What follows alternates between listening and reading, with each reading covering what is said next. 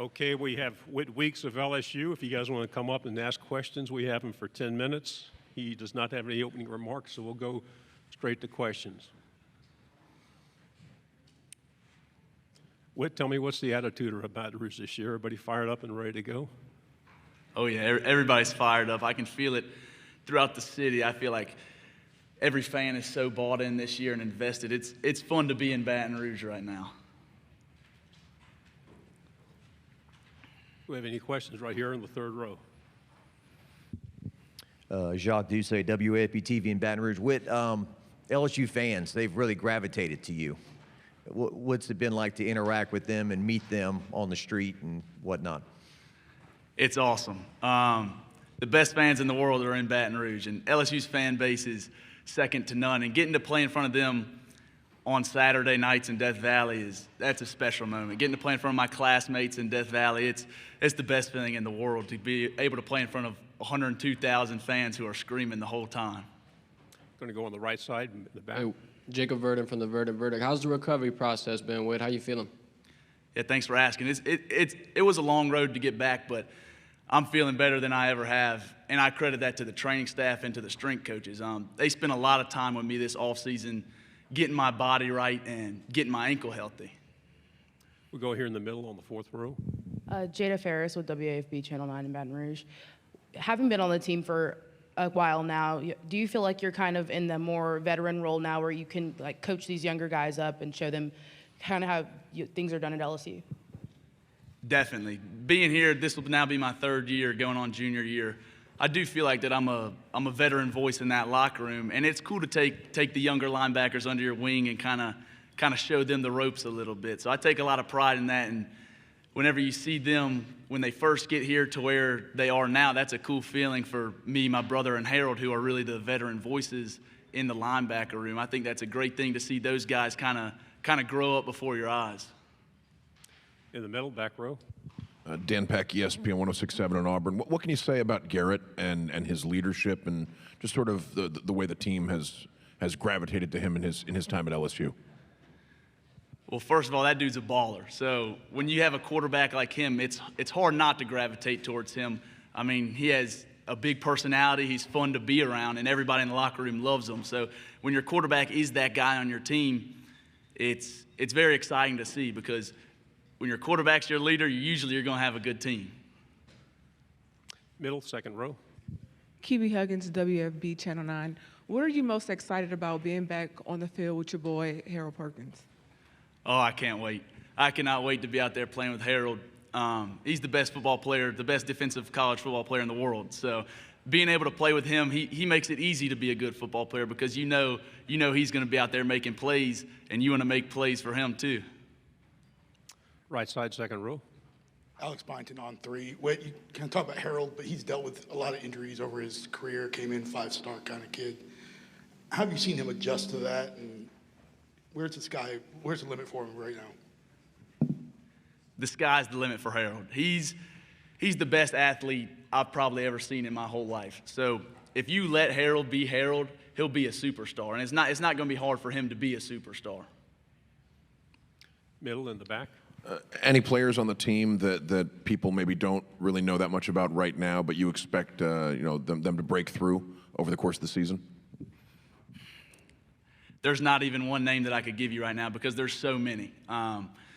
The work that we've put in this offseason and seeing how far people have grown, freshmen who are now going to be sophomores, how much they've grown in this offseason and the transfers that we've brought in, there's so many dudes who I could list off 20 guys right now who are going to have breakout years this year.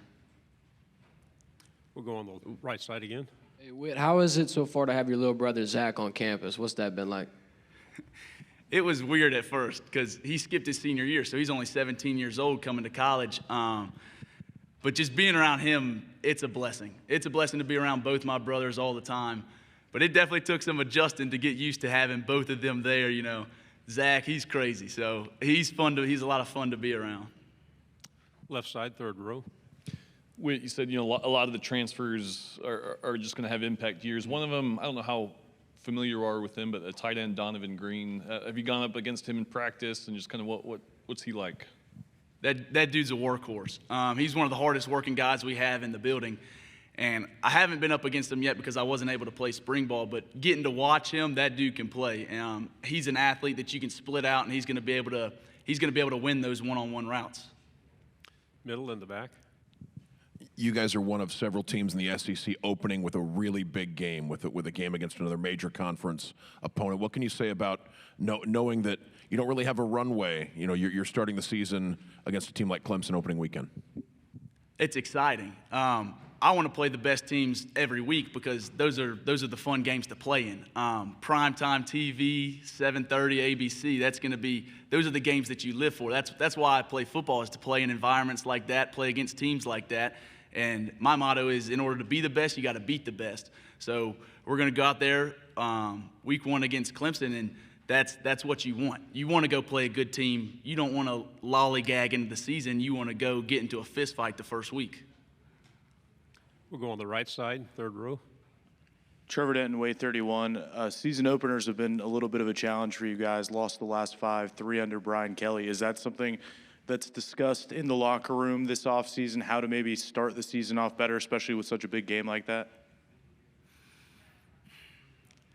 We know what our past records have been in home games, and every day we go into work to change that narrative. Everybody in the whole building knows what the goals are for this season, and Clemson's just the first team that we have to beat in order to achieve those goals. We have wait for a few more minutes. Any other questions? What is the key to handling the expectations that teams like LSU have in the preseason? How do you do it personally? I think you have to have a strong support group within the locker room. You know, being able to rely on your brothers every day when you're in that locker room. We have a lot of fun together. Or this team this year, you know, every workout that I show up to, that we show up to, there's never going to be a dull moment. So it's really fun to be around the guys this year, and I feel like that's how you can handle expectations, is just being able to rely on your brothers. We're on the left side, standing up. Hey, Whit, EP Stidham, VP, as we see it. Yes, sir. Good morning. Whit, what is the best part about your quarterback that you like to tell people? How competitive he is. No matter what we're doing, he's going 110%. Obviously on the football field, but ping pong, pool, golf, anything we do, he's going to try to absolutely destroy his competition, and that's promising to see. Second row here in the middle. Kiwi Huggins, WFB, you said you did not participate in spring. Are you fully ready to go for fall camp? Yes, definitely. I feel like within these past 4 weeks, 5 weeks, whatever, since the start of June, I've really been able to get back to being my old self. So I did sit out the spring, but now I'm ready to roll, and I feel really good. We have time for 2 final questions. We'll go here in the middle. John. What keeps you so happy, energetic, enthusiastic? Do you just really appreciate the opportunity to play college football? Every day. Every day. I mean, this was a dream of mine as a kid. I'm from Georgia, the great state of Georgia, but so growing up, I always knew how great LSU was, but I never really knew what LSU was about until I got down there. And I thank God every single day for allowing me to be an LSU Tiger. It is truly the honor of my lifetime to put on that purple and gold and represent the great state of Louisiana and the great fans.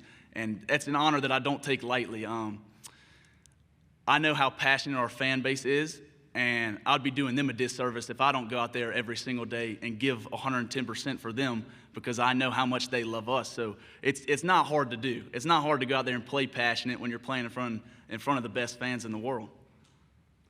Over here on the right. Chessa Boucher with NBC 33 in Baton Rouge. Harold was in your position last year here at SEC Media Days. Did he give you any advice as you got ready for today? He said, just go be yourself. I got to spend a lot of time with Harold this offseason, just throughout our rehab, and me and him have became really close. And he was a shoulder that I could lean on no matter what. You know, days that looked long for me, Harold was right there. Hey, bro, keep your head up, keep pushing. We're going to get through this together, because obviously he's coming off an injury. I'm coming off an injury. But he just told me go be myself and to have fun.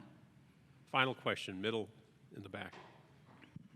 You're going into your third year as a starter. LSU's got a couple players who maybe are going to get their first taste of significant playing time. What are the most important things for a player who's going to see an increase in snaps going into a season? I would say the same thing that Harold said to me. Be yourself. There's a reason that you're playing football at LSU right now. If you weren't one of the best college football players in the world, you wouldn't be at LSU. So just go be yourself, have confidence, and know that at times adversity is going to hit. Something bad's going to happen, but know that every single person out there has your back. And the brotherhood at LSU this year is stronger than I've ever seen. So there's going to be no pointing fingers, no nothing. Just know that, hey, something bad happens, I have your back. Everybody else has your back. Coach Kelly has your back. Coach Baker, Coach Sloan, everybody in the building has your back. So just go play. Don't be scared to go be who you are. Whit, thank you very much. Awesome. Thank y'all.